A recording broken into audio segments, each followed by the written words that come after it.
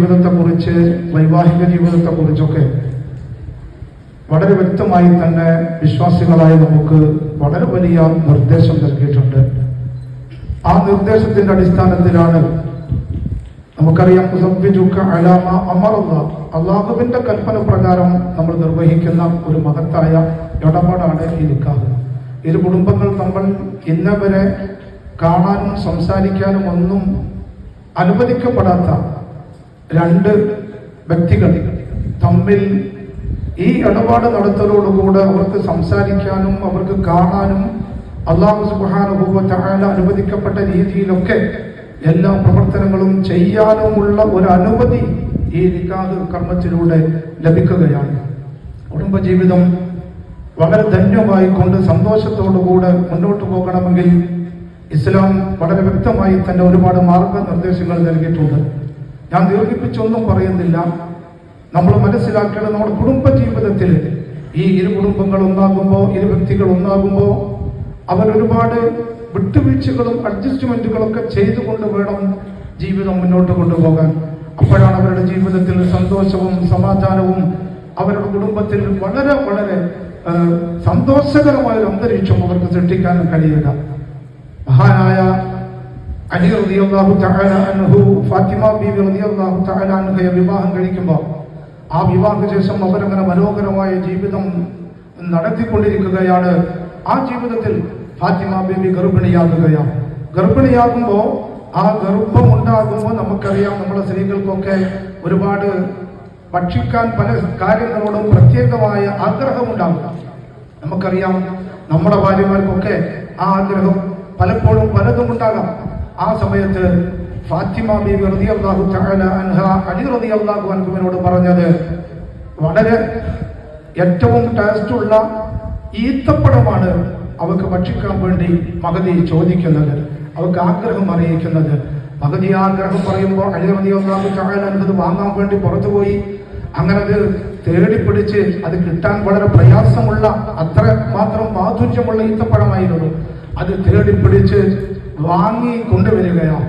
ആ വാങ്ങി ഇങ്ങനെ നടന്നു വരുമ്പോൾ അത്യാവശ്യം സ്പീഡിലായിക്കൊണ്ട് വളരെ വേഗത്തിൽ നടന്നു പോകുമ്പോൾ രണ്ടാൾ അദ്ദേഹത്തെ തടഞ്ഞ് അദ്ദേഹത്തോട് ചോദിക്കുന്നൊരു സംഭവമുണ്ട്. നിങ്ങൾ എങ്ങോട്ടാണ്? അലി റളിയല്ലാഹുവിനോട് ചോദിക്കുന്നു, യാ അലി, നിങ്ങൾ എങ്ങോട്ടാണ് ഇത്ര സ്പീഡായി പോകുന്നത്, വളരെ പെട്ടെന്ന് പോകുന്നത്? അലി റളിയല്ലാഹു തആല അൻഹു മറുപടി പറഞ്ഞു, എന്റെ ഭാര്യ ഗർഭിണിയാണ്. ഫാത്തിമ ബീവി ഗർഭിണിയായ സമയത്ത് ഭക്ഷിക്കാൻ വേണ്ടി ഇഷ്ടപ്പെട്ടൊരു സാധനമായി പറഞ്ഞത് ഈത്തപ്പഴമാണ്. ആ ഈത്തപ്പഴം വാങ്ങിയിട്ട് ഞാൻ വീട്ടിലേക്ക് വളരെ ധൃതിയോടുകൂടെ പോകുകയാണ്. ആ സമയത്ത് അവർ പറഞ്ഞു, നിങ്ങളെ ഭാര്യക്ക് ഫാത്തിമ ബീവിക്ക് ഏറ്റവും ഇഷ്ടപ്പെട്ട ഈത്തപ്പഴം വാങ്ങി പോകുകയാണെങ്കിലും ഞങ്ങൾ വളരെ വിശന്ന് വലഞ്ഞു നിൽക്കുകയാണ്, അതുകൊണ്ട് ഞങ്ങൾക്കത് തരാമോ എന്ന് ചോദിക്കുമ്പോൾ അലി റളിയല്ലാഹു തആല അൻഹു അത് അവർക്ക് ഭക്ഷിക്കാൻ വേണ്ടി കൊടുത്ത് വെറും കൈയോടെ വീട്ടിലേക്ക് മടങ്ങി. വീട്ടിൽ ചെന്നപ്പോൾ ഫാത്തിമ ബീവി പ്രതീക്ഷിച്ചു നിൽക്കുകയാണ്. പക്ഷേ ഫാത്തിമ ബീവി നിങ്ങൾ പോയ ആ ഈത്തപ്പഴം കൊണ്ടുവരാൻ പോയ ഈത്തപ്പഴം എവിടെ എന്ന് ചോദിക്കുക പോലും ചെയ്തില്ല. രണ്ടുപേരും അവിടെയുള്ള ചെറിയ ഭക്ഷണം കഴിച്ചുകൊണ്ടിരിക്കുകയാണ്. പക്ഷേ അലി റളിയല്ലാഹു അൻഹു എന്റെ ഭാര്യ ഇപ്പോൾ അത് ആവശ്യപ്പെടും, അതിനു വേണ്ടിയാണല്ലോ ഞാൻ പോയത് എന്ന് ചോദിക്കുമെന്ന് പ്രതീക്ഷിച്ചിരിക്കുമ്പോൾ ഒരിക്കലും തന്നെ അവരത് ചോദിച്ചില്ല. അവർ ചോദിക്കാതെ അവർ ഭക്ഷണം കഴിച്ചുകൊണ്ടിരിക്കുകയാണ്.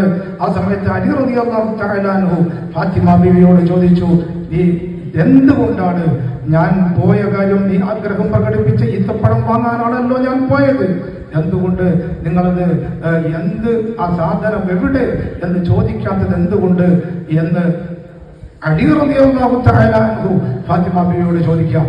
മറിച്ച് നമ്മൾ മനസ്സിലാക്കേണ്ടത്, നമ്മളൊക്കെയാണെങ്കിൽ നാം ഒരു സാധനം കൊണ്ടുവരാൻ വേണ്ടി ഭർത്താവിനെ ഏൽപ്പിച്ചു, ഭർത്താവ് അത് കൊണ്ടുവന്നിട്ടില്ലെങ്കിൽ ഉണ്ടാകുന്ന ആ പുകിലൊക്കെ നമ്മളൊന്നും മനസ്സിലാക്കുക. പക്ഷേ അവിടെ അലി റളിയല്ലാഹു തആല അൻഹുവിനോട് ഒരിക്കലും തന്നെ ഫാത്തിമ ബീവി ചോദിച്ചില്ല. അവർ മനസ്സിലാക്കി എന്തെങ്കിലും പ്രയാസമുണ്ടാകും, ഒന്നുകിൽ അത് അലി റളിയല്ലാഹുവിന് ലഭ്യമായിട്ടുണ്ടാവില്ല, അല്ലെങ്കിൽ മറ്റു വല്ലതും സംഭവിച്ചിട്ടുണ്ടാകും. ആ സമയത്ത് ഈ കാര്യം, ഈ സംഭവം വിശദീകരിക്കുകയാണ്. വിശദീകരിക്കുമ്പോൾ ആ പാവപ്പെട്ട ആളുകൾ പട്ടിണി കിടന്ന് വിശന്ന ആളുകൾക്ക് അത് കൈമാറി, ഞാൻ വാങ്ങി വരുന്ന വഴിക്ക് അവർ ചോദിച്ചത് കൊണ്ട് അവർക്ക് കൊടുത്തു എന്ന് പറഞ്ഞപ്പോൾ വളരെ സന്തോഷത്തോടുകൂടെയാണ് ഫാത്തിമ ബീവി കേൾക്കുകയും അത് അംഗീകരിക്കുകയൊക്കെ ചെയ്തത്.